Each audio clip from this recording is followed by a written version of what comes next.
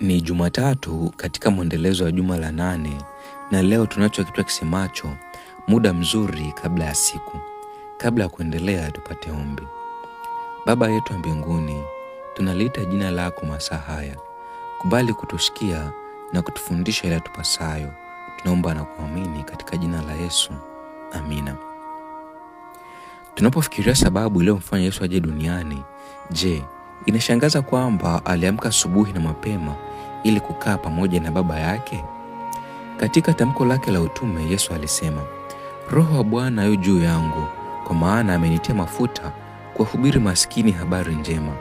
Amenituma kuwatangazia wafungwa uhuru wao na vipofu kupata kuona tena, kuwaacha huru waliosetwa na kutangaza mwaka wa Bwana uliokubaliwa.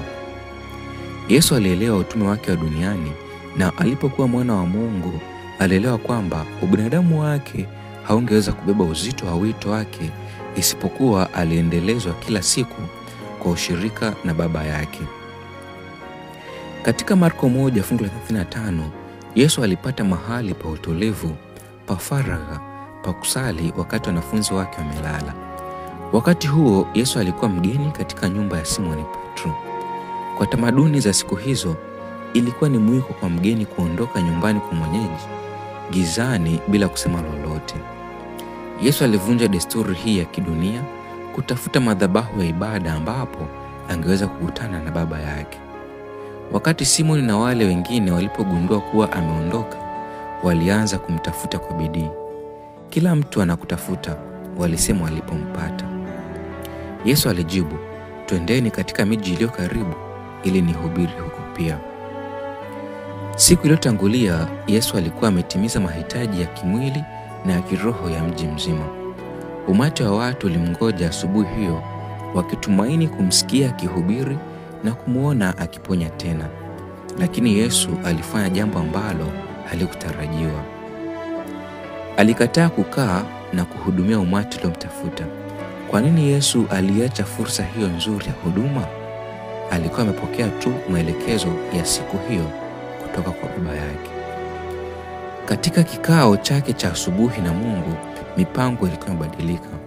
Alipaswa kwenda katika miji mingine kuhubiri Injili, bila kujali jinsi nafasi ya sasa ilionekana. Hili ni moja ya mambo muhimu sana katika Marko 1 yote.